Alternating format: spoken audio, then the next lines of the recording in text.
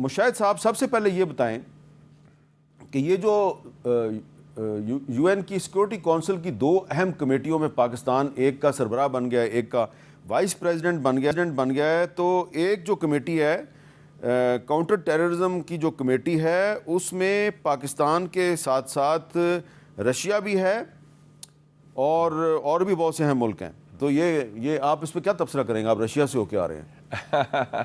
بلکہ میں نے تو کالم بھی لکھا تھا فرام رشیا ود لو، اس حوالے سے کیونکہ روس کی جو سوچ ہے پاکستان کے بارے میں اور اس خطے کے بارے میں تبدیل ہوئی ہے۔ اچھا، آپ نے کالم کا ذکر کیا تو آپ نے رشین فارن منسٹر جو ہیں ان کو کوٹ کر کے لکھا ہے کہ he criticised India's role in the western sponsored military arrangements like the Indo Pacific strategy and Quad in front of an audience that included a dozen BJP parliamentarians and party activists۔ Yes بالکل، پاکستان سے میں واحد دعوت میں تھا، ان کی وزارت خارجہ کی کانفرنس تھی اور United Russia party ruling party کی انڈیا کا پورا ڈیلیگیشن آیا تھا، تو مجھے لگ رہا ہے کہ جان بوجھ کے انہوں نے پیغام دیا جس میں تنقید کی کہ ہندوستان نے تو ہمیں کہا تھا کہ ہم امریکہ کے ساتھ جو ان الائنسز میں جا رہے ہیں اس کا صرف تعلق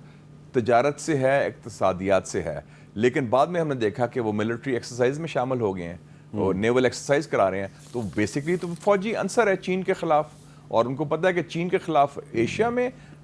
روس کے خلاف یورپ میں، بات تو وہی ہے، 2 sides of the same coin۔ تو ان کو ہندوستان کا جو دوغلے معیار ہیں،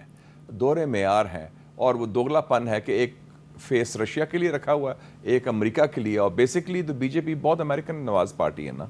خاص کر ان کے فارن منسٹر وغیرہ۔ تو یہ کیسی امریکن نواز پارٹی ہے کہ جس کو G7 سمٹ، G7 میں امریکہ بھی ہے، یو کے بھی ہے، کینیڈا بھی ہے، فرانس بھی ہے، جاپان بھی ہے، تو اس کی انویٹیشن کینسل ہو گیا اس کی؟ ہندوستان کے لگتا ہے برے وقت آ گئے ہیں، دیکھیں نا وہ جو ان کا تکبر تھا، غرور تھا، اور جو ریاستی دہشت گردی کی، کینیڈا کے تو وجہ واضح ہے کہ انہوں نے کینیڈا کے ایک باشندے کو جو سکھ نجات تھا اس کو قتل کیا را نے، اور جو امریکہ میں قتل کرنے کی کوشش کی وہ پکڑا گیا اور را کا اسٹیشن چیف واشنگٹن سے انہوں نے نکال دیا۔ تو وہ تو کینیڈا میں تو ان پرسانا نون گراٹا ہے مودی، جب ایک زمانے میں خود بچر آف گجرات تھا، اس کو ویزا نہیں ملتا تھا، تو اب یہ ایک تو وہ ایسپیکٹ ہے۔ دوسرا جو ہے کہ اس 10 مئی کے بعد ابھی مہا چالیسواں بھی نہیں ہوا تو سوگ چل رہا ہے ہندوستان کا۔ آپ یہ دیکھیں کہ جو اس کا رائٹ ہینڈ مین ہے اڈانی، اس کے خلاف ایک نئی تحقیقات شروع کر دی امریکہ نے۔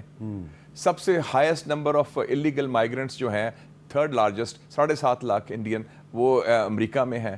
اور آفٹر میکسیکو السلویدور۔ اور کیا کہا ہے ٹرمپ نے ٹم کوک کو، جو سی ای او ہے ایپل کا، کہ ہندوستان میں بند کرو تم انویسٹمنٹ،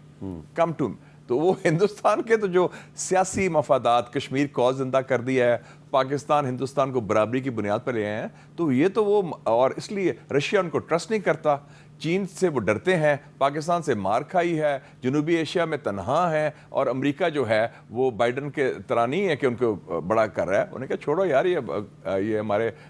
یہ لائبلٹی ہے ہمارے لیے۔ اچھا اعزاز چودھری صاحب، یہ جو اتنی جنگی محاذ پہ شکست کے بعد انڈیا کو ڈپلومیٹک فرنٹ پہ اتنی بڑی بڑی شکستوں کا سامنا کرنا پڑ رہا ہے، G7 سمٹ کی انویٹیشن کینسل ہو گئی اور اب رشیا بھی ان سے ناراض ہو رہا ہے، تو آپ کو کوئی یہ خطرہ محسوس ہوتا ہے کہ مودی صاحب جو ہیں وہ اپنی سیاست کو بچانے کے لیے پاکستان سے دوبارہ کوئی جنگ کی کہانی چھیڑ سکتے ہیں؟ جی مجھے تو میر صاحب ہوتا ہے یہ محسوس، اس کی وجہ یہ ہے کہ اگر یہ بہار کا الیکشن ہار گئے تو بی جے پی کی ساری سیاست ختم ہو جائے گی۔ چنانچہ یہ دیکھتے ہوئے یہ ابھی تک بڑا ہی ایک جسے کہتے ہیں زوردار بیانات پہ بیانات دے رہے ہیں تاکہ ان کی جو ووٹرز ہیں وہ ان سے دور نہ جائیں، ورنہ دنیا بھر میں جس طریقے سے ان کے ساتھ ہو رہا ہے، اور ابھی مشاہد صاحب نے بڑی اچھی طریقے سے سم اپ کیا ہے،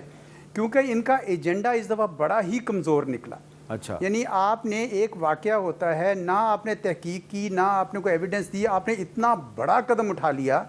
کہ کئی جگہوں پر پاکستان میں سیولین جگہوں پر آپ نے بمباری کی اور اس کے بعد آپ نے جانیں لے لی۔ اب یہ تو جب تک ثبوت نہیں ہوگا اس وقت تک ان کی جان نہیں چھوٹے گی، بلکہ ان کا جو پرانا جو 9 سال کا ایجنڈا تھا کہ پاکستان کو آئسولیٹ کرنا ہے، وہ سب کا سب دھڑام سے نیچے آن گرا ہے۔ اور یہ جو 2 خبریں آپ نے بتائیں یہاں پہ